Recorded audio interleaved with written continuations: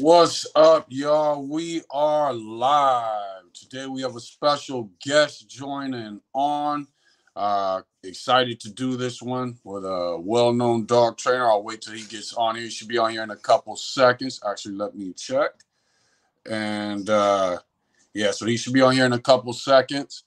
He's just getting ready for that. But we're going to discuss I don't want to say who he is yet, but you know, he's been on America's Top Dog. He won on there. I think he was one of the first people to bring a pit bull on there.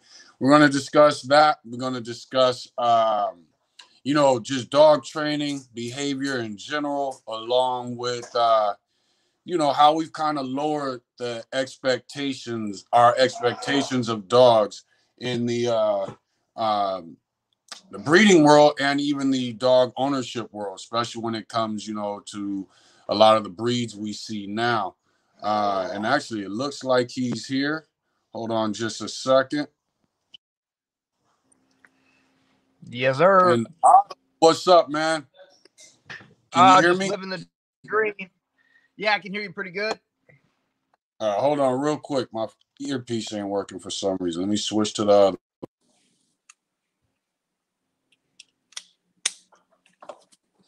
All right, hello? Yeah, can you hear me now? Yep, I can hear Hello? you. All right, we're perfect. You hear me? Yeah, I got you good. Okay, cool. So, before we even really get going, what's up, everybody? Derek Hatfield, thanks for joining in. I see Kyle Holland, WKRK9, Blood Love Bullies. So thank you guys for joining in. We're going to go ahead and get this going. Before we really get started, when you hit me up, I was excited to do this. I was excited to hear from you. I had seen you on America's Top K9. And what you had done on there, especially with your pit bulls, it was always Malinois were always on there. Malinois were always on there. And so when you came on there, I thought it was great. One of the reasons I was excited to do this with you is, and one, I'm a fan, and of the interviews I've seen, the YouTube videos I've seen of you, not only do you know what you're doing, but you hit dogs from an aspect of a dog being a dog and people being able to understand that. You look at nowadays, you got a lot of people that are breeding dogs and even coming up with new breeds. And it seems like it's this dogs for dummies type thing. Rather than us getting to know the species that we've domesticated, we're kind of coming up with these wow factors and these looks, but we're lowering the expectations, the intelligence, and even the lifespan in a lot of situations of these dogs as we turn them into, you know, yard ornaments and couch potatoes and things like that. Oh yeah, it's crazy. It's crazy. Yeah, it's almost, you know, it's funny. I came from Beagles, breeding Rottweilers, Pit Bulls, then got into catch dogs, got into bull lurchers. My cousin convinced me to get into bully. I was almost kind of done with breeding. And my cousin convinced me, you know, let's finally breed the same dog at the same time. He convinced me on bullies. And we got into it without me really eyeballing the community. Then all of a sudden I jumped on Facebook and it was all about big heads, wow factor, and taking this breed that has a lot of potential, not doing anything with that potential. Right. And I can see it. I think a lot of people can see it, but unfortunately the majority of what seems to be the breeders don't see it, where you're not only lowering the life expectancy of these dogs because you're not breeding them and letting them be dogs, but the intelligence is dropping. And I do a lot of training with a lot of clients, and I've even known it not just with the bully breed, but with other breeds.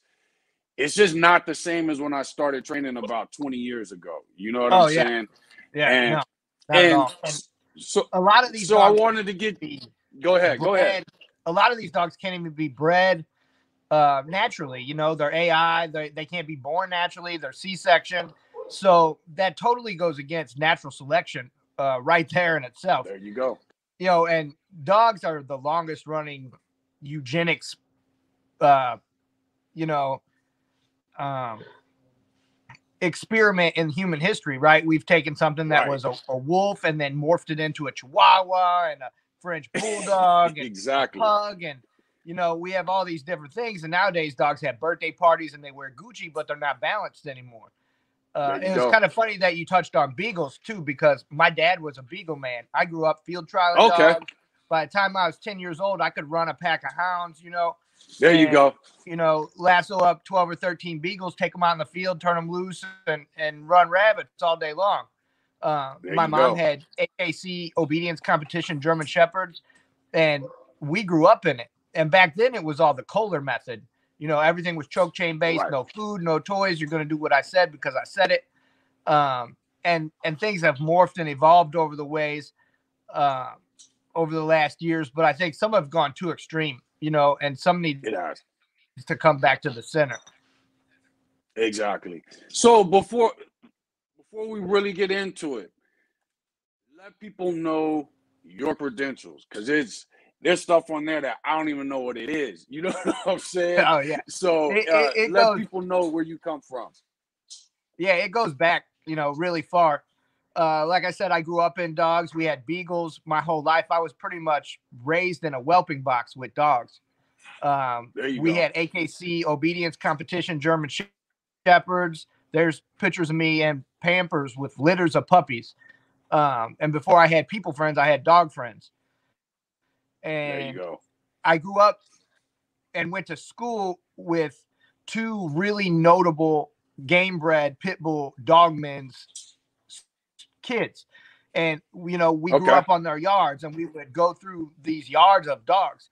One of the guys' name was old Bob Hackman, and Bob Hackman ran a line of Boyle's dogs. And then the other guy's name was Daryl Tupper. And he was Windy City Kennels. And these were like match game dog men, you know. Yeah. So we grew up around these game bred pit bulls. And when I moved out on my own, my first goal was to get a pit bull. But coming from a Schitzen working dog background, any dog that I had was going to work. So, there you go. You know, I started digging through the thrifty nickel and I found a litter of puppies and I went and selected them and picked out my first pit bull dog. And it was an Eli bred dog with a little bit of Niggerino blood in there, some Red Boy Jocko, you know, all the old greats, and built my foundation of my line off this one dog. But I got into it early, you know, back before the bullies was even a thing. I was actually pretty good friends with Frank Husey and the Chaos Kennels brothers. And we would travel around and we started doing an all-star bully fest every year in the early 2000s. I would put on demos down there. You know, I can send you videos of it. Been featured in Atomic Dog magazine and, you know, a bunch of cool stuff. But in 2017, so you were actually into the bullies. Well, yeah. So I took the game bred dog and then I wanted to incorporate some size and heavier bone to create a more working ability, because I wanted a dog that wasn't going to match another dog. I wanted a dog that was going to work on a man. Right. So through my research, that led me to Casey Couture's watchdog line. But when Casey got out of dogs, he gave Beelzebub to Frank Hughes. And Frank Hughes created that Chaos Kennels line with Mason Champion Hog. He was one of the kennels with the purest Mason Champion Hog lines, you know, throughout the late 90s. And watchdog dogs. And he blended those two lines together and created really the first American bully type dog, but they were working dogs. And his dogs would work on a dog, you know, a man or a hog all in one day back to back. They were working dogs. And now they're more like hood ornaments, you know, and couch potatoes. If somebody kicks in your front door, they can't run across the room, let alone breathe really well. Exactly. Especially if that person, if it turns into something, if it turns into an exchange, an actual physical confrontation, a lot of these dogs, they just don't have the energy. What people think they'll protect my home, but sometimes you might come across somebody that doesn't have that fear, and you think you got a dog that's capable, but you don't necessarily have it. When you got it, was this around the time that you got into, because you've taken training on another level, you've been awarded. Was this around the time that you were already into training heavy, or were you just more focused on breeding at the time? Oh no, it was always hand in hand, because before you can even get to breeding, people want to go out and they want to get a dog, and then they want to immediately start breeding it, and, try to get some return on investment. But for what? Right. There's steps we have to go through. It has to go A, B, C, D, E, F, G. You don't just get to Z all of a sudden. You can't start at the top. Right. I love that you're saying that. Before you even get to breed the dog, you have to test the dog. Before you can test the dog, you have to train the dog. Or what's the point? What are we doing?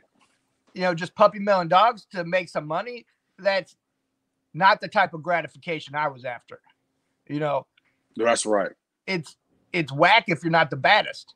In 2017, I was the first guy to ever take an American Staffordshire Terrier, American Pit Bull Terrier type dog to a world championship for any European FCI recognized protection sport.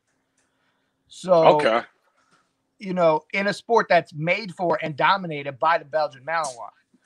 So I took a dog to the world championship for Mondio Ring, which is probably, and I'm hanging out with the Border Collie right now, which is probably the most difficult dog training sport in the world. Mondio Ring is like Mensa for dogs. It's a 3-phased game that includes obedience, agility, and protection, and no two competitions will ever be the same. Even though each level has a set list of exercises. Like level 1, you're going to do this, this, and this. Level 2, you're going to do this, this, and this. Level 3, this, this, and this. And they get progressively harder as you escalate through the levels. Got you. But each trial will have a theme, whether it's John Deere tractors or space aliens or Dr. Seuss, right? And then got you. The club will decorate the trial in accordance with that theme. And then the judge will look what the club has given them for the day and arrange their program. Your exercises will never be in the same order other than obedience, agility, biting. And there's no way to prepare the dog by pattern. Got you. So you can't, you can prepare your dog for the event, but you can't really prepare your dog for what's about to actually take place. Right, because you don't know until you show up that day and they show you during Dog in White. So ring sports is hard. And to be able to do it on that level with a bulldog is pretty cool. Now we're working on repeating that process. Gotcha. So without health testing, without titles on the dogs, without at very least confirmation on the dogs, why are we reproducing them just to have more dogs? Okay, see, and it's interesting that you say that, because one of the things that I notice plagues, especially the XL bully world, is there is this emphasis, on the aesthetics of the dog. And I kind of think that's because the show ring has a loud voice, especially on Facebook when it comes to the breed. But then when you get outside of social media or whatever, you can tell people are just doing this. And a lot of them don't want to admit that you're breeding dogs because you're having fun doing it. You're also doing it for your love of money, your love of dogs. But love has nothing to do with, and the money has nothing to do with the actual well-being of the dog, the psyche Right. of the dog. And then you're placing the pups that you don't take into the show ring, you're placing those in the homes, or you're just selling them off to another breeder, and it's just this like breeding pyramid scheme that's going on. The majority of the people aren't just owning these dogs just to have them as pets. Right. It's about breeding with just about everybody. And when you see something like that, especially with your background, like if somebody came to you about, the XL, what's your thoughts on the American Bully, the XL American Bully overall? So there is some potential there, but like you said, pyramid scheme is like a perfect description of this, because you get a dog that's had double entropion surgery, double cruciate ligament repair surgery, and because it's off John Gotti, or it has a Remy line name attached to it or some shit, or somebody took some cool pictures of it. It sells for $35,000 to somebody who wanted the clout of it. And then now they try to sell all their buddies on breeding to it. And then they try to sell, oh, you could sell puppies for $5,000. And some people might be doing that, but are they really actually doing it? Probably not. And then for what? Like, if the dog has double entropion surgery and double cruciate ligament repair surgery, why are you reproducing that dog into the gene pool? What are you doing? Before we breed our dogs, we're talking hips, elbows, cardiac, embark test for over 260 different genetic markers. Before we pair two dogs, we run the embark pairing protocol to see what they're going to produce, color, hereditary ailments, because why would we want to produce more problems? Exactly. And then beyond that, so do you breed now? Yeah, we breed very selectively and very rarely. The last litter I had was coming up on 5 years ago in May. My Wolverine dog. Got you. So I owned his dad, Reno. Reno was the second ever Mondial ring titled pit bull in history, second to only Larry Hansen's Capone dog. He's the only fully Mondial ring titled living American pit bull terrier on the planet right now. And we have a breeding coming up with a really cool kennel out of Carolina in January with this dog. We have some really fire breedings lined up for next year. But again, before we get to that point, there's training, there's driving all over the country, trialing the dog, there's genetic health testing. Not only do all our dogs work and achieve titles and are health tested, but they all achieve champion and confirmation, because without structural stability, conformation, how the dog's frame is put together, it's going to break down, and its longevity isn't going to be as good. I've seen people working Dutch Shepherds that when they go over the hurdle, they fall flat on their pasterns, right? And their feet are weak. And you might get 3 or 4 years of working out of this dog, but he's going to fall apart, and the working side says, oh, conformation is stupid. You just run him in a circle and it's easy. Well, put a suit on and take your ass out there and do it then. Right? Exactly. Right. So and that's a perfect way of putting it, because conformation is a factor. I think with a lot of breeds, especially when I was younger, it kind of came with the dog. And then now all of a sudden you're getting to this point where you're starting to see all these extreme flaws. When you look at, you're getting into breeding, you got the conformation aspect of it. You've got, you're a trainer. So you're a lot like me, you're kind of looking at pups and seeing who's easy to be trained. This also goes into your evaluation of who's being bred and how you move on into the future of it. Where do you see, like you spoke on conformation, where do you see conformation, and you've got your pup, you're raising it, all of a sudden you're looking at conformation. So do you participate in the show ring? Oh yeah. I showed a dog in Westminster. We have dogs coming up in Westminster next year. Next week we're about to drive to Orlando for the AKC National Championship. So all the dogs work and all the dogs show. There you go. I have one of the only Presa Canarios, they're kind of bully, that's being campaigned in the AKC Foundation Stock Services right now. I'm showing him at the AKC National Championship. Okay. And he's actually a best in show winner. So all of our dogs achieve at a very high level in both venues. There you go. So do you think it takes, let's say you were just focused on the show ring, that's it, strictly conformation. What do you think that takes away when you don't include the balance of being able to perform or lacking? Well, what was the dog bred to do? What was the dog bred to do, right? anytime we're at a show and I'm outside the Rottweiler ring, for instance, or the Doberman ring, I'm like, yeah, it's nice, but can it do a hold and bark? Right. Right. You know, I just don't want it to be pretty. I do want it to do what it was supposed to do. And Right. they need to work. Not only do they need to work because it's what we want them to do, but they actually need to work for themselves. Right? It's encoded into the DNA of the dog. It needs to work. Exactly.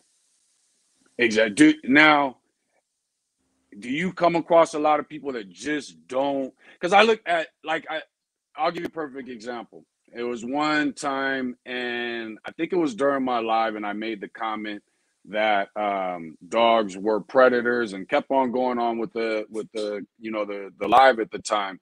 And my point in stating that was that regardless of what you own, whether it's a Lhasa Apso, Poodle, Doberman, whatever it is, you want to be in tune with that, especially you as a breeder, and see where that dog's triggers are, where those drives are, those thresholds.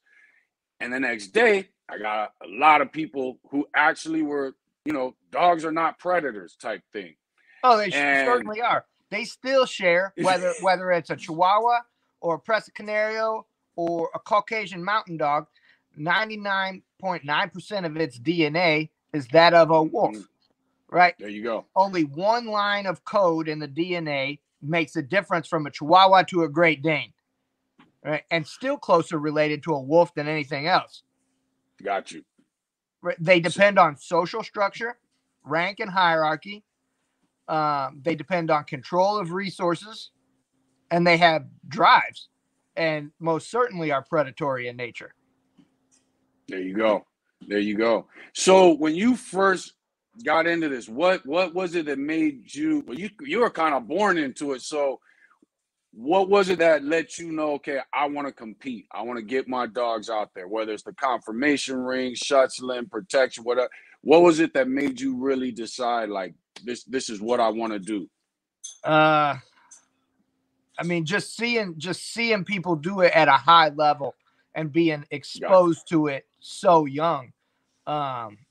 It's like an addiction. You want to go out there and you want to take a dog from nothing, a little puppy, and then make him something great.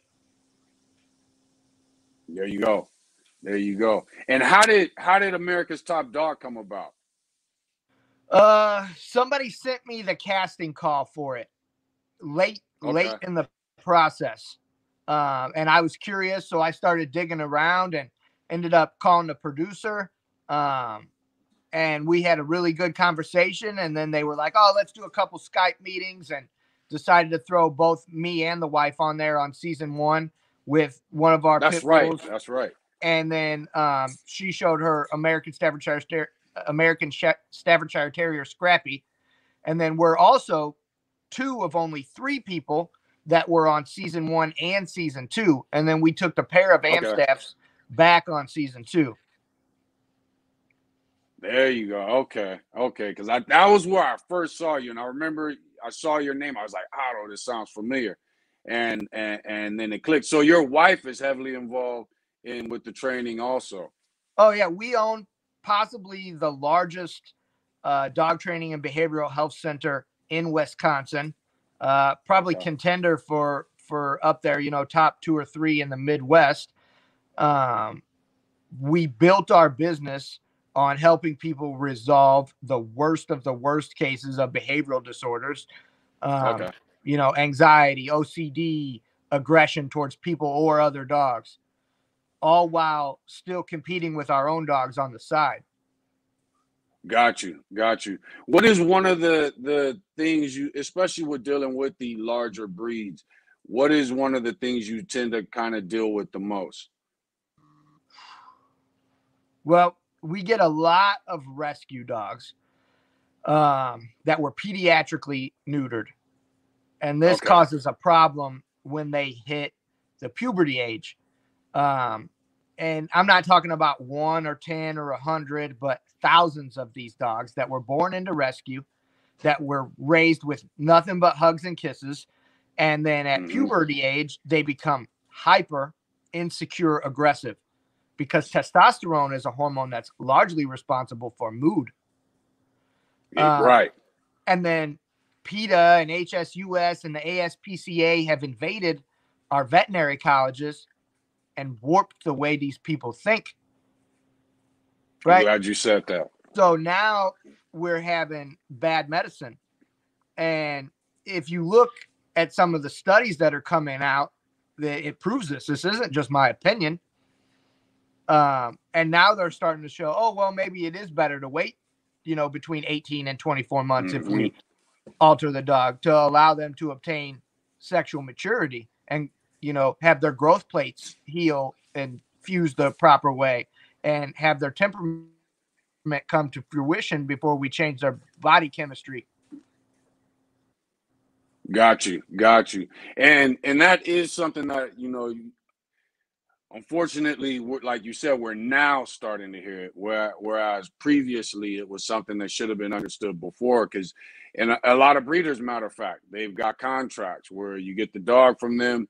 As soon as the dog hits 6 months or whatever, the dog has to be spayed and neutered. Not only does it affect the development of the dog physically, which I think we get overly trapped in, it also hampers the development of the dog mentally. Right. And I think we definitely, it's just kind of become a trend. And, you're kind of starting to see a pushback on it. But we're also, unfortunately, the trend has been rolling. You know what I mean? And right. Well, doodles have also become a trend. And then with all these offshoots of the American bully, the original standard American bully, it's fine. It's like a thicker version of the pit bull, bulldog, whatever. Right. But then they've gone into these exotics and micros and pockets, and the things can't even be bred or born naturally. And it's basically one big walking defect. And you have these creatures like these toad line dogs. If you're not familiar, Google it. And I feel bad for I've seen them. I've seen them. And what is the funny thing is, because the pocket opened the door for the exotic and the toad line style dogs. But I think what people don't and it's bad. And we even, like, one of the biggest things when I got into the XLs and I started realizing, okay, so the written standard for the conformation ring of the XL is that it looks like the pocket, the XL, the standard. They're all supposed to have the same look, same ratio. And one of the things I've been trying to push in the community is that it's impossible to do that and look out for the well-being of the dog, especially the XL. You can't have all that mass on such short limbs, all this thick bone. But that seems to be what now UKC, I will say, seems to have an understanding where they're not pushing for that extreme look. It tends to be some of the other bully breed registries that are pushing for that. In your opinion, when it comes to big dog, short limbs, bully look, what's your opinion of that? I mean, it might be aesthetically pleasing, but it's not functional. There you go. It's simply not functional. And if you needed the dog to be functional, if something were to happen, you've been sold wolf tickets because he's not going to be able to do what you think he's going to be able to do. And that leads me to another interesting point, which is the way most people view aggression. Right. Okay, let's get into it. People like to take a dog and put it on a table, take a whip to it, make it angry, make it afraid, see teeth and spit. Oh, look how mad he is. He's fucking badass. Look how aggressive he is. Well, he's only aggressive because he's on a chain this long and he can't go nowhere. You take him off that chain and give me a bottle of water, I'll run him back to the truck. So let me ask you this then. How when because you're not just putting the dogs out there, you're also training them, you're also breeding them. what is it you're looking for in your breedings to get that dog that does have a certain amount of civil drive where it will initiate contact with whatever that threat is? Right. So I think that a good working dog should not be working out of a high level of defense, right? I want my dog to work out of prey drive and social aggression, rank, There you go. hierarchy, possessiveness. If you show the dog too much defense, sure, the bite will get harder if he's on a little chain and he can't go nowhere. But the next thing after defense is flight. Once you show him Right. flight, that's in his toolbox, and he can be made to run. So when we build the dog, we build the fight drive, rank, social structure, possessiveness, true aggression, and very, very little defense. Just a sprinkle to show him it's real. But you're not going to create a boxing champion by throwing him in the ring with Floyd Mayweather or Mike Tyson and let him get his head ripped off. You have to school him. You have to show him what a jab does. You have to show him how to keep his guard up. You have to bring him along. And then you have to show him, hey, you could maybe get hurt.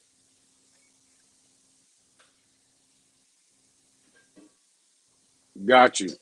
Say that again. It kind of cut out. So I was saying, as you bring him along, you have to show him the pieces of the puzzle. It can't be a real fight from the beginning. But especially when we're working a lot of these dogs that aren't Shepherds or Malinois, a lot of people don't truly understand how to motivate this dog to do the work. And that's why not a lot of people are doing this work with them successfully, right? So, of course, if I put a dog on a table on a little short chain, or if I put a dog, tie and I take a whip to him, and while he's there, he'll be all teeth and spit, and he'll bite the sleeve if you stick it in front of him. But what's he going to do in a dark alley by himself? What's he going to do in the woods?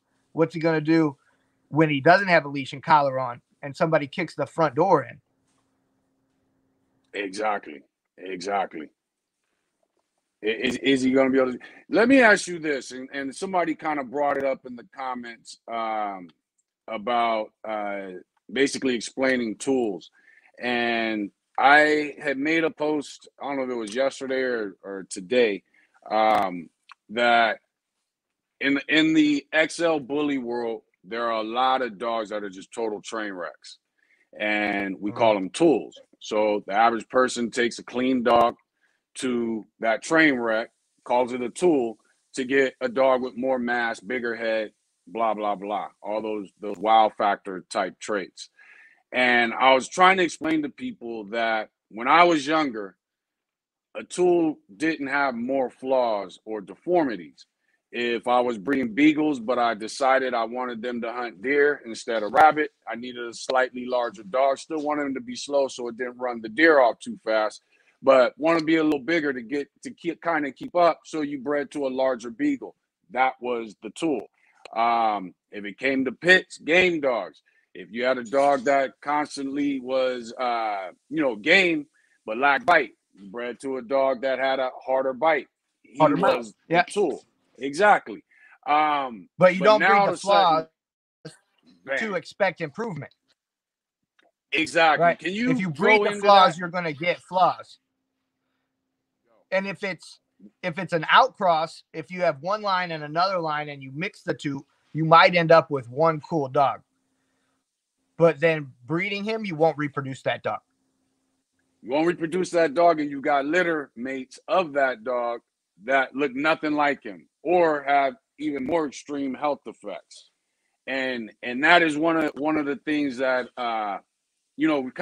has been coming up a lot lately, because so many dogs that just should not be bred, but they've got bone, they've got mass, they're labeled tools. Do you deal with band dogs a lot at all, or?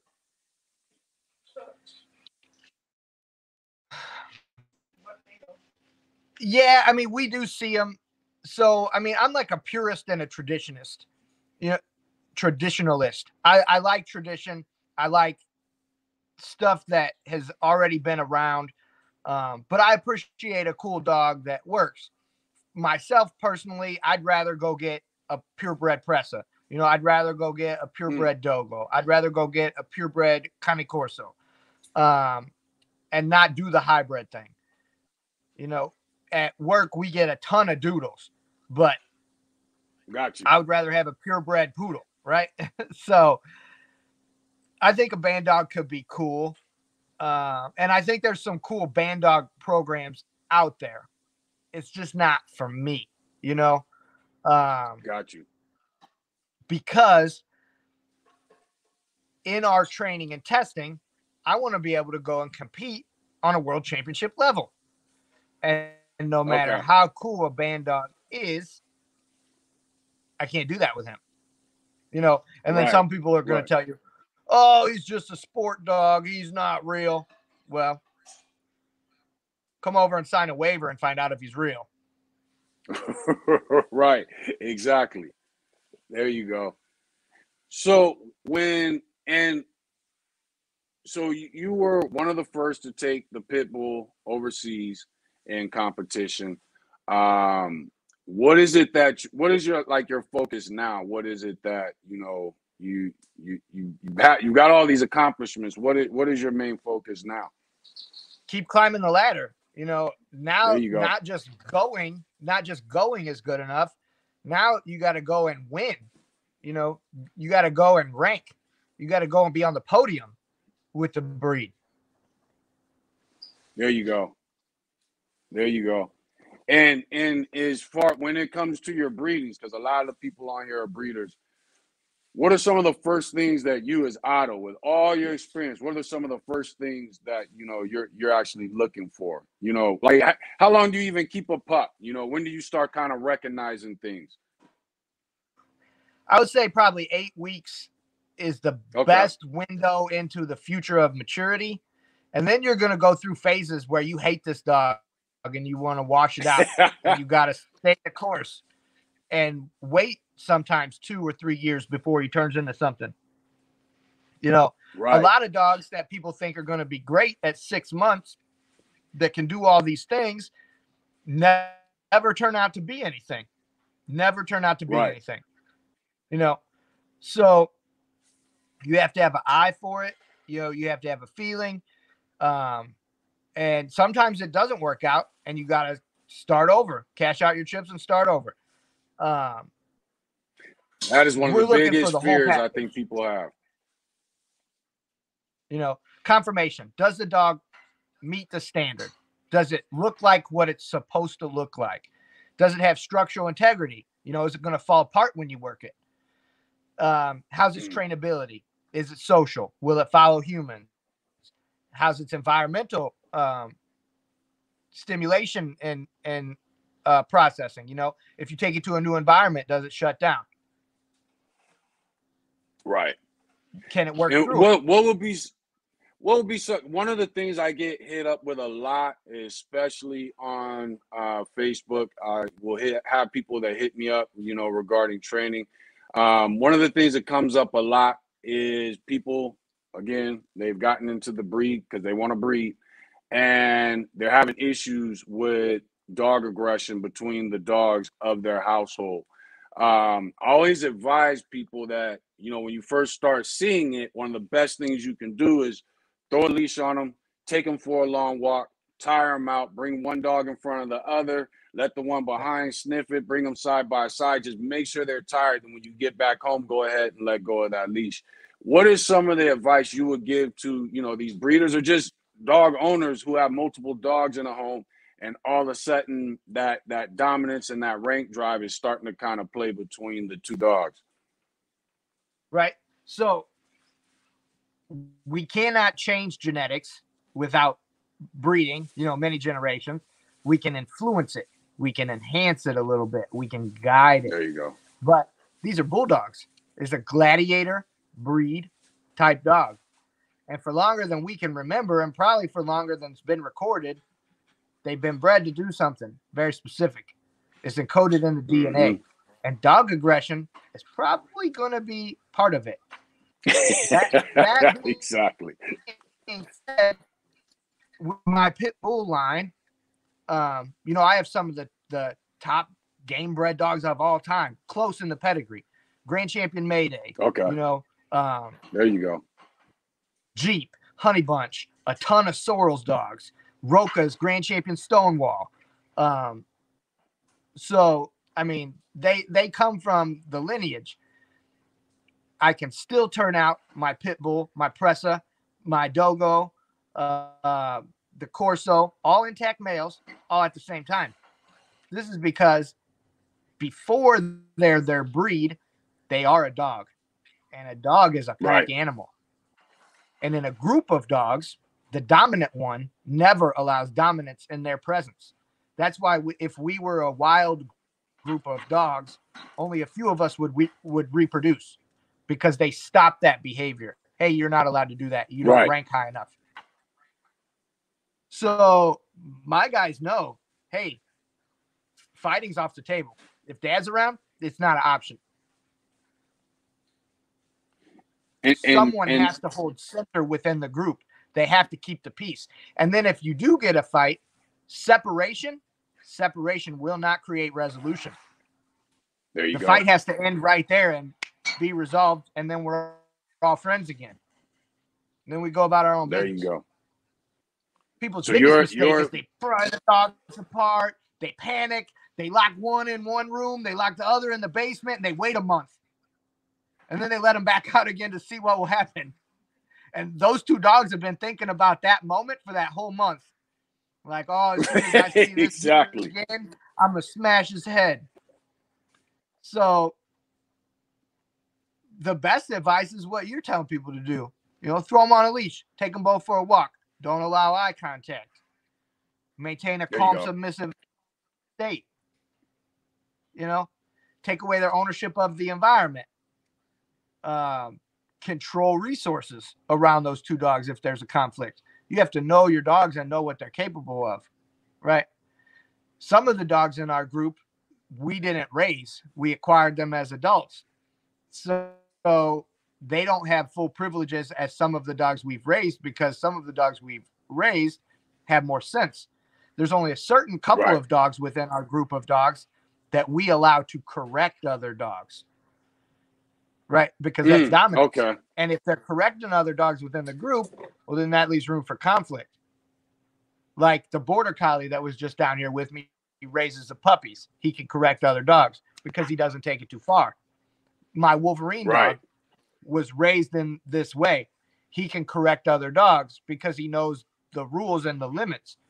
But some of the dogs we've acquired as adults, they don't get that privilege. Hey, let me ask you this.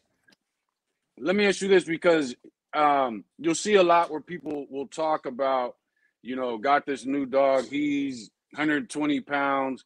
I got this dog that's been here before, and he's 100 pounds. But when the other one when the newer dog gets on his nerves, he'll check him and put him in his place. And I think they kind of allow that just because the other dog was there first. What's your opinion on that, and what makes you choose this is the dog that I'll allow to give corrections, or this is, regardless, you're not allowed to do that? The dog has to show that he deserves that privilege. Gotcha. Right? They have to have good sense. Some dogs have sense, and the human in the environment has to hold the center to make sure there's no room for conflict. Got you. And when it comes to the human hope, what would be, because right now there is a lot of, especially in the training world, there is a lot of what would you say, anti-dominance. They don't even like the word dominance. Oh, yeah, dominance theory. Yes. Right. Yes. What's your perspective on that as far as dominance and now the new push that is against it? Right. So I grew up with the Kohler method. You know, if nobody knows, this was the first guy writing books on dog training. In the 70s and 80s, he was the shit. Choke chain, you're going to do it because I said do it. Everything was compulsory based. Everything was like militant based, you know. Yeah. And in the late 90s, before it was a fad, I trained a dog, my first competition pit bull, to a Schitzen 1 in a positive reinforcement only Schitzen club without ever saying no to the dog or correcting it, which took the patience of a saint. Some things, right? It takes longer to get there that way. It's not impossible. And teaching a dog to do unnatural behaviors with only a clicker and food and toys is great. But training the dog to do unnatural behaviors and influencing our relationship and having our social hierarchy are separate, right? If you go look at all of the most famous positive reinforcement only trainers, they can't have their dogs around other dogs, or they're aggressive towards people, but they can do an amazing agility routine, or they can do a flawless, obedience routine. Training and behavior are separate. And the way our social hierarchy works is different. After going to the extreme of training a dog completely motivationally, I circled back and realized if you blend the two styles, you can produce a far better, more reliable result. And that if you take training and your social behavior apart from each other, then you can compartmentalize everything as well, and you can have a more balanced dog. Can you explain the difference between behavior and obedience so that people kind of... Yeah. So training is me and the dog practicing a routine. Sit down, stay, stand, heel, fetch, roll over, whatever. Behavior is how does the dog react within the environment and within the group. Right. Does he believe he's allowed to have ownership of the couch? Does he believe he's allowed to have ownership of the water bowl? Does he believe he's allowed to have ownership of members of the family? Because even a member of the family can be a resource to a dog. This is a dynamic we often see with our clients with a male dog and a female handler. Because at some point in their development, they stop viewing the female handler as mom and start viewing the female handler as their female. So the female handler has to have a strong enough personality to own herself and not allow the dog to claim her as a possession. There you go. Which can cause aggression. Right. We see it all the time. The dog that won't let the husband sit by the wife. The dog that don't like the new boyfriend. And this is because they've created love and respect, or love and trust, but there's no respect. Right? Right. Got you. So how would you, when it comes to looking at I also want to ask you your opinion of e-collars, but before we get into that, how would you look at the average person? We all say no. We all use that when we see something that we don't like. But when it comes to actually disciplining a dog, some people use the word no, some people smack them, some people put them in a crate. When it comes to disciplining a dog, how do you look at that? Or what do you feel are the best methods? Dogs live in the moment. We have 1.1 to 2.1 seconds to mark and reinforce behavior, whether it's positive or negative. Anything outside of that time frame, it's much harder for them to correlate together. So the style of training we use is marker training. We mark good behavior, we mark bad behavior. Okay. Words that we use are secondary. It doesn't matter. Dogs don't care about our language. We only make it look like they do through repetition. Right. So the noise, wrong, no, fooey, has to be linked to an action to mean anything to them. Also, the noise of yes, clicker, okay, has to be linked to an action. So the clicker or the word yes have to be paired through a loading process based on Pavlov's famous experiment. Bell, food, bell, food, Mm-hmm. bell, food. Eventually, the bell, or in our case, the click or the word yes, will do the same thing to the dog's brain that a T-bone steak does. So if I Right. request a behavior, sit, the moment his butt hits the ground, he hears the click, he understands the steak will be delivered, and it makes the behavior more readily repeatable. Nowadays, most e-collars tone, but they don't need to tone. You can link the stim from an e-collar to your voice. So if I say wrong Right. and stim the dog, next time I say wrong, he's going to say, oh, whatever I was about to do was about to get me stimmed. So that will help me extinguish behavior. The tool is only effective as the person using it. You know, There it you all go. boils down to timing. And then when we discipline a dog, what makes correction inappropriate? If we discipline them out of anger. Now, Right. that doesn't say that a correction can't be intense. If a dog tries to kill me or another dog or another person, the correction will definitely be intense. But I never have contempt for the dog. I'm not mad at him Right. for doing that. He didn't know any better. You know, and I feel maybe a little bad for him that I had to give him such an intense correction to curb this behavior. But if I don't do that to him, he's probably going to have to be euthanized, right? Because nobody else Exactly. can handle him. You know, most of the Exactly. time, by the time dogs come to see me, that's the point where they're at. So when people bring dogs, do you tend to get dogs from individuals that just they've got this issue and they know they're at that deadline, or does it tend to come to you from shelters, or how do most people bring you these dogs that have these behavioral issues, or So how does the currently, dog it's all arrive to you? individual. So Okay. over the course of growing the business, we've gone through several phases, and And not to cut you off because I don't think we've mentioned it. You are the owner of Empower Canine, correct? no, that's an old company. So Okay. before my wife and I met, she had a company called Canine Composure, and I had a company called Empower Canine.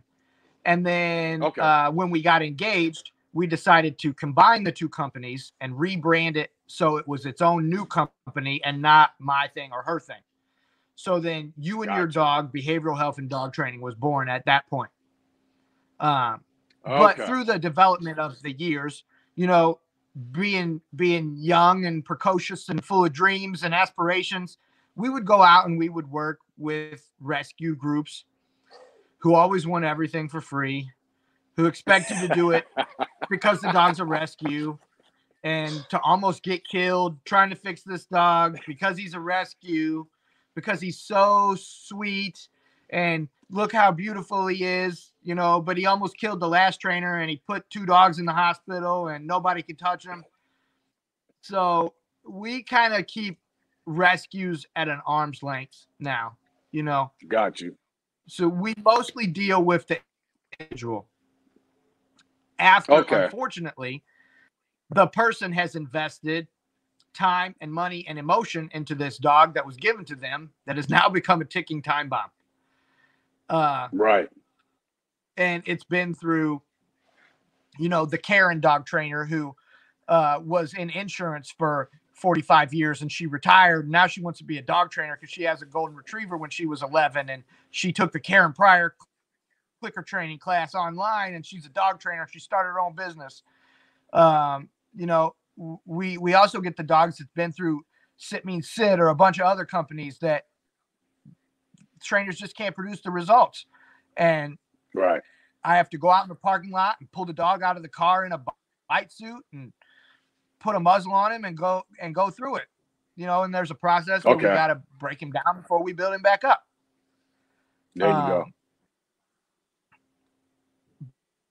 But again, in doing so, we never have contempt for the dog. I'm pissed off at the Right. people because now I have to treat the dog this way to save his life. Got you. Got you. But the Is there kind of a the positive reinforcement only community and the rescue community have done a huge disservice to dogs and a huge disservice to dog people over the last 20 to 30 years. Right? In the 80s, when we were kids, we all knew that friend in the neighborhood that had that crazy chow chow that was locked in the kitchen that you just couldn't go mess with Butch. Like, if you went in there and got bit by Butch, it was your fault. But Right. nowadays, dogs have birthday parties and they wear Gucci, but they're not balanced. Right? Because people don't work the dogs. And then now with this no-kill mentality and the we can save them all mentality and we can't say no to them or correct them and we can't use tools mentality, we have an abundance of dangerous dogs paired with people without handler skill to handle them. And that's why we have a huge business. Right. You know, Exactly. There's no lack of information out there, but there's an abundance of bad information. Yes, very true. Right. And all the bad information utilizes emotional hijacking. You can't say no to them. You can't put a collar on the dog's neck. You can't say wrong. You can't punish them. They're not dominant. Well, what is the definition of dominance? The control of resources, right? So if anyone is monopolizing the resources, whether it's time, money, freedom, dog food, the sidewalk, they're the dominant one. Right. And we try to ignore that for whatever strange reasons. I don't even think people kind of get that, you know, even in a work environment, there's still some rank and some dominance going on just with us as humans. And dogs are the extreme, you know, of that. And I think a lot of times people just overlook that. What are some of the common denominators that you would say between the clients that come to you? What is some of the things that you kind of recognize this is something that's always an issue when it comes to the actual owner of the dog? Inexperienced owner, high drive working dog. Bam. Or rescue, deliberately lying to a person to rescue a dog to get it into a home to make themselves feel good. Circle back to the dominance thing. There's a book, and I can't think of the title of the book now, but it's about a pack of wild dogs that lives at the city dump in Mexico City. And there is one I know what you're talking about. There's one resource that dogs will kill and die over, and it's not food and it's not water. It's shade. They will kill and die for shade in that environment, and that's dominance. Right. And we ignore that natural drive within them. I often try to explain. I get a lot of questions regarding temperament, and I try to explain to people, you know, you got the personality of the dog is its temperament. And a lot of times that sounds individualistic. And I try to explain to people that temperament is then broken down into drives, and each of those drives has a threshold. And I try to kind of explain it to people along the lines of, you know, if you go into a music studio, you've got this big keyboard and it's got all these knobs on there. Well, all those knobs together is the dog's temperament. And as you start, each of those knobs individually is the drive of the dog. And then as you start moving those knobs up and down, these are your various thresholds of it. But a lot of times it's hard to get people to kind of, one, look into the various and study the various drives that make up a dog and breed accordingly based off of what you've learned and what you're seeing. when it comes to the temperament of dogs, do you find that it's hard to get people to really understand it beyond this overall personality of the dog, and to get them to understand that some of what you're seeing comes with a breed, some of it comes with the individual, some of it comes with the way it was bred? Oh yeah, very very much so, very much so. For instance, uh, I I started a project with a German Shepherd last week. Not from a Okay. working breeder, from a show line breeder, but WSV dogs. So they pretend to work them. Fairly high drive for what he is, you know. Um, and in the hands of an inexperienced owner going to a fear-free vet, getting bad Mm-hmm. advice, they made an 8-month-old puppy aggressive over water. If you try Over to reach down water. and grab the dog's water bowl, he'll nail you. If you try to correct the dog, 8-month-old puppy, he will nail you. I mean, not me, because we sorted this out within the first 5 minutes of meeting each other. He Right. also severe OCD due to lack of guidance and fulfillment. The dog would chase and bite his own tail Yeah. so hard he screams, and then get mad and bite his tail again.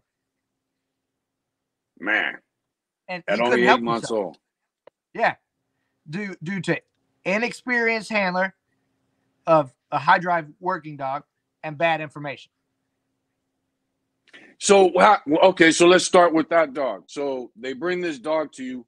He's automatically aggressive over water. What were the steps you utilized to basically get in there and curb this behavior? Well, we start with trust and respect, right? If the Okay. dog don't trust me and he don't respect me, we can't communicate. And this is a delicate dance we have to do with each other. You know, I put him on a slip leash, go through some steps, and then start tapping into being able to influence behavior, you know, set rules, boundaries, limitations. Hey, this is Okay. not what you're allowed to do while I'm in the room. And why a slip leash? Why the slip leash? The slip leashes are probably most commonly utilized piece of equipment. It allows me to keep the leash here where a dog show leash would go, high on the top of the neck, where it takes the least amount of strength, force, or effort on my part to influence behavior, and it looks friendly, right? I'm not going to slap a prong collar on a dog right away. And not all dogs need the prong collar. I'm not opposed to them. When I train my dog in Mondio ring, sometimes I use a prong collar, sometimes I don't. Sometimes I use an e-collar, sometimes I don't. But with the pet dogs, the beginning phase is usually the slip leash. Because I can still correct the dog. He can't slip out of it and get away from me. And then a lot of things people overlook is with a dog, if we change the way the body language is, we change the way the brain perceives the environment or the exercise. So that's going back to dog shows. At dog shows, what do? We put them on the table. We hold their head up. We hold their tail up over their back sometimes to make them feel proud, right? Then we run them in a circle with their head up like this. Still at dog shows, most of the time, unless we're at an ADBA show, nothing bad happens, right? All these dogs are on tiny, tiny little strings because the leash is here. Right. Once I have some trust and respect, I'll start incorporating triggers into the environment. So the guy that owns this dog is sitting here in my lobby, and I asked somebody to bring me a pail of water. And he was white as a piece of paper and was visibly terrified. Oh, sir, I just don't want you to get bit. I was like, I take full responsibility, and this is not my first rodeo. Right. So I start by put the water on the ground, and when the dog goes to go near the water, hey, no, it's my water. You're not allowed to go by the water right now.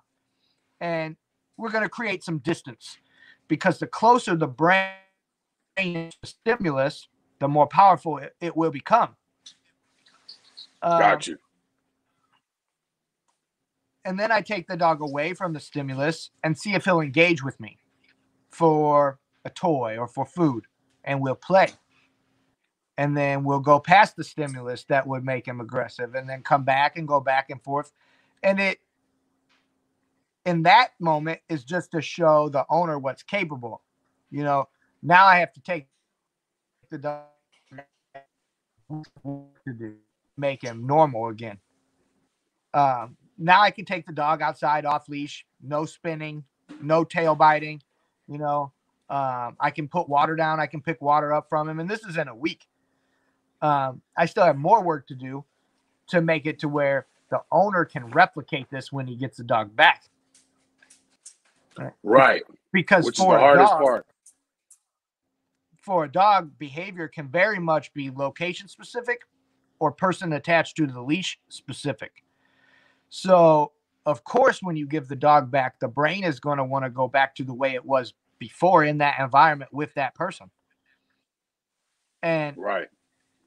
I have weeks of continually interrupting this behavior that we don't want to happen anymore. Because if we think of a behavior like a record in a jukebox, effectively every time I interrupt this behavior, I'm taking a key and I'm scratching up the record. Well, eventually it's going to be very hard for the brain to play that record. So I like the way you look at that. We have to keep going back to it and going back to it and going back to it. Now, when I take him back to his environment, that record's going to pop up again, but it's going to be much easier to interrupt and reduce the intensity needed to interrupt this behavior to extinguish it completely. Got you.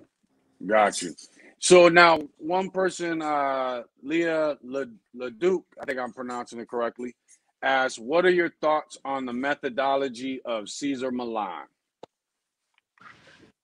So, interestingly enough, when he first came out, I was in the middle of that positive reinforcement only phase.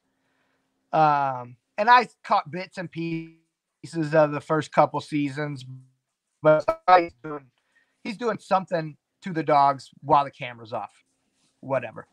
Right. I was also in a hip hop heavy metal band back then.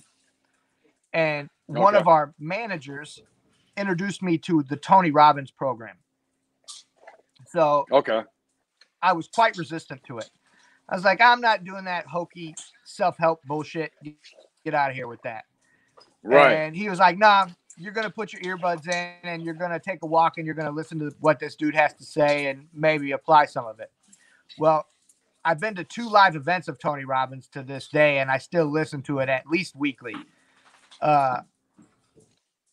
After incorporating and hearing what Tony Robbins had to say, one day I was flipping through the channels on the TV, and I heard Cesar say something that Tony Robbins always about. Put yourself in state. Create peak state. If you do these rituals, you will create a flow state. When Cesar said the word state, I sat there and watched the whole episode. And then I was hooked. I went back and watched every episode. And then I bought the book. And then I bought the next book. And Cesar's not a dog trainer, right? He's a relationship manager. He teaches you about behavior. He teaches you how to read energy. He teaches you how to manage state. It's very different. That's why we look at things from 2 separate schools of thought, behavior and training. If I could pull up a photo, I would show you. You can go on my Instagram and find it. Picture of me and Christy and Cesar all together at his house. Now, a really cool dog trainer, if you've never heard of him, you have to look him up, Omar von Mueller. Now, this guy is a dog trainer extraordinary. So, Cesar's son has a show on Nickelodeon called Mutt and Stuff. every dog on that show is owned by Omar, and he trains them to do all these crazy things. I'm sure you've seen videos of his dogs on Instagram, walking on their hands, balancing a cup of water on their face, Yes. walking on a Yes. tight Okay. I know. rope, crazy stuff, riding a scooter. You know, the stuff that Omar can get dogs to do is like unbelievable. So we have to look at this from two schools of thought, you know, training and behavior. Balanced behavior, a dog can be super balanced and be completely untrained. A dog can be super trained and be completely unbalanced. Exactly. Very true. Very true. And one person asked, when it comes to your breedings, which is most important to you to start off with? What are you focusing on more, temperament or structure, when it comes to your breedings? I mean, you can't have one without the other, right?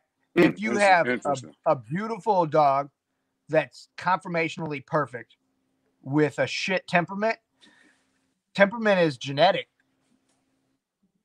There you go. right? You could take an okay dog and make him mediocre. You might be able to take a high mediocre dog and make him good. You could take a good dog and you could make him great, but you can't take that okay dog and make him great. And you can't take a wash Right. dog and make him okay. Right? A cur is a cur is a cur. If it's in the blood, he's gonna tuck tail and run. You know, if the dog's environmentally I even say it at the confirmation ring all the time. The wife even says it at the confirmation ring all the time. With our breed, you know, American Staffordshire Terrier, if you're in the confirmation ring and somebody drops a chair and the dog's tail tuck and they try to run, dog should be excused from the ring, because temperament should be a part of confirmation, right? If we were the judge, the dog would be excused from the ring because temperament is a part of confirmation. With our breed, if somebody drop a chair, the dog should go towards the noise. Hey, what's that? Right? Exactly. They shouldn't necessarily lose their shit, but they shouldn't tuck tail and run. You know, There you go. the standard said they should be, you know, vibrant and alive to their surroundings with a spurt in their step. See, and with the even with the bully, one of the things that a lot of people get so caught up into reading the standard in the physical aspect, but I always try to remind them that, remember, there's a temperamental aspect to it. Now with the bully, both ABKC and UKC, it's focused on a zest for life, exuberant willingness to please. Those are the exact words that they use. So I always try to explain to people, think of that word zest, and then think of the word exuberant, willingness to please. Exuberance is an extreme word. Right. So, and then UKC mirrors that. The only difference is UKC expects more of the dog's ability to compete and perform in performance events, agility, things like that. But I think a lot of times we get lost on the temperament side of it and what requires, if you erase the, and that's like I was told one person, erase the confirmation side. And let's say you just had to breed to what it said about temperament. What would you be looking for and what would you do? And do your dogs meet that part of the standard? And when I get in that conversation with a lot of people, they, oh yeah, my dog, he's happy, but I'm like, no, it says zest for life, exuberant willingness to please. How does your dog meet that? And it's just totally overlooked. You get a lot of excuses, but people tend to just throw that part of it out the window. So it's interesting to hear you say that when we're walking around that ring, because we're in this ring with Staffordshires, if something drops or a loud noise takes place, they need to be more curious than fearful. Right. 100%. Definitely. So it's and then dope to they hear should you want to say follow their human. They should want to engage with food. They should want to engage with toys. They should be easy to train. There you go. There you go. And these are things that you're looking for when you're breeding. Right. Also, not just the dog you Even own. the protection dog has to foremost, before protection starts, has to be friendly and social to people, right? If the level of superstition towards people is so high that the dog cannot be in public or be around people, how is it useful as a protection dog? You think if you Right. have to keep your protection dog in a crate or a kennel all the time because it can't be around people, then when somebody kicks your front door in, they're going to say, "Oh, we'll give you 5 minutes to let your protection dog out and get ready." No. You think when you're walking down the street, if the dog can't be with you in a crowd and something happens, how is it a functional tool at that point? They have to be able to travel with you everywhere. If you look at our Instagram, our dogs stay in crazy hotels. You see them in Times Square, New York, and Pebble Beach, California. You'll see them on the Hollywood Walk of Fame. You'll see them on the beach, off leash, free from collar on West Palm Beach, Florida. Downtown Houston. And if they cannot travel with you everywhere and be a part of the life and be a part of the family, it's just a junkyard dog and it's no good. There you go. There you go. And I think a lot of times people miss that. There's a you and I, when you first hit me up, I was telling you about Brittany Burns that does protection with her dog. Yeah. And she gets flack. And because people they're not supposed to do that. I hate the term companion breed. I hate, because to me it's just a companion species, and a lot of times we're a companion breed. People try to equate that to the dog's not supposed to do anything, have no instinct, just Right. have Just sit four on the legs, and lap. so we can play. Yeah, when it comes to the protective instincts of a dog, how do you ever have a hard time getting people to understand that this has nothing to do with aggression towards strangers? This is more about threats and the dog being equipped to deal The with dog, the dog threat. has to be able to control its drive in the presence of a threat. It has to be able There you to go. interpret a threat, right? A toddler is not a threat. The mailman is not a threat. There has to be intent. And through proper training, they can be taught to recognize intent, right? And There you people go. say, "Oh, it's a sport dog. Oh, I can't do sports with him because he's too real." There should be no difference in a good dog, right?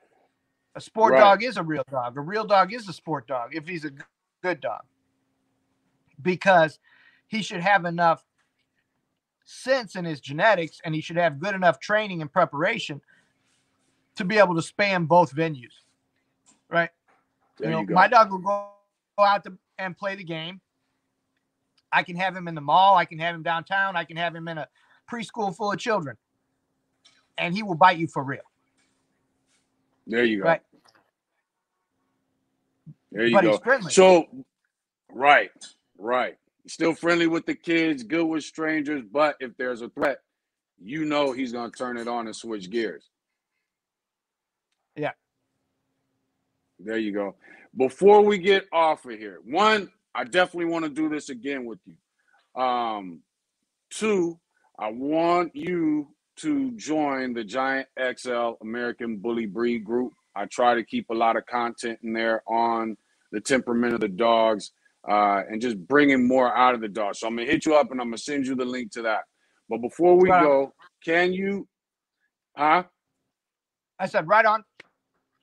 Okay, perfect. And then before we go, three things. One, can you let people know where they can find you as far as IG, YouTube, Facebook? Where can they follow you? Yep.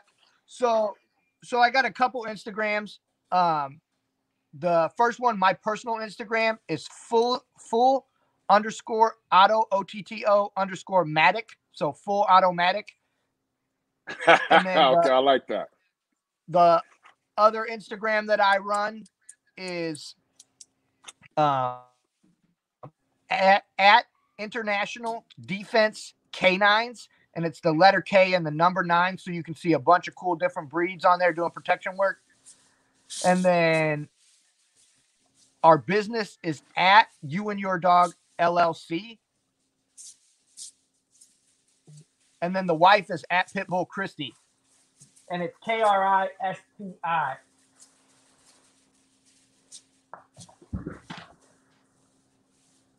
Okay. Here, I'll show you a couple of these real quick. Some of the books Okay. that I've had the privilege to be featured in. So this one is by Frank Roca, No Dog Man. Okay. And in this, he talks about how the dog from blood sport to utility dogs.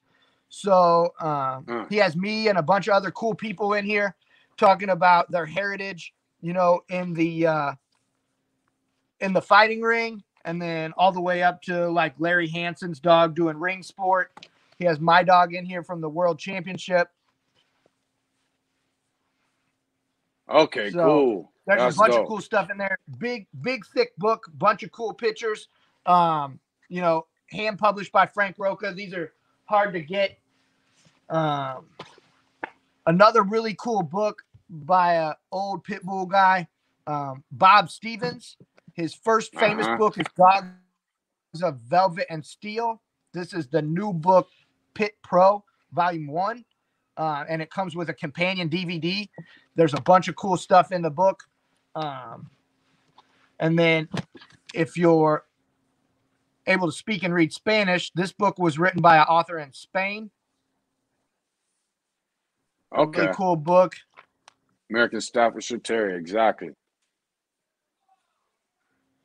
And it has a pretty good history of the breed, because a lot of people want to separate us all out, right? Which I'm against. The American Staffordshire Terrier is the American Pit Bull Terrier. You know, first and foremost, the breed was recognized by the UKC as the American Bull Terrier. Later, the AKC recognized that same breed as the American Staffordshire Terrier. The breed club at that time, here's my dog in the book. There's a bunch of other pictures in there. Okay. Wanted the name the American Bull Terrier, right? Just to drop the association with the fighting ring. But, the pit, right. Right. So we wanted the American Bull Terrier, but the English Bull Terrier Club was already too established and too wealthy. And they said, hey, AKC, you can't let them have that name because we want to have our own thing and we want it to be protected. So you have to stick them with this name that suggests the dog is from Staffordshire, but he's not. Gotcha. It's a dog that was developed here in America. It's the American Bull Terrier. Right. So I'm not a huge fan of them trying to separate us out, right? The Amstaff people should be friends with the Pit Bull people. The Pit Bull people should be friends with the American Bully people because we all have the same past, right? Got you. That makes sense, and that's a great way of putting it. We're on the same team, and at the end of the day, if any of them fuck up and get into an accident and bite somebody they ain't supposed to, it's a pit bull on the news. Right? Yeah. Always the wording is always pit bull. Always. Well, even when you go to shelters, there's so many mixed dogs and bullies, but everybody's labeled pit bull. Everybody's labeled pit bull. So that's true. And then the last two things I want to ask you is, one, what advice in general, 2021 going into 2022, like we discussed earlier, we could kind of see there's this new thing going on with dogs and dog people, PETA, and a lot of rhetoric and propaganda being pushed. What advice would you give to dog people, one, and then two, American Bully XL breeders? From the words of Otto. I think everybody wants to rush to the top, right? Don't be in a rush to get to the top. Go out and get a mentor. You know how long I scooped kennels for free to learn? You know how long I went and mowed dudes' grass for free to learn? You know, carried his equipment, worked his dogs. Get yourself a mentor. Put in the work. Learn about genetics. You know, do stuff that makes sense. Do stuff that's not only good for yourself, but that's good for the dog.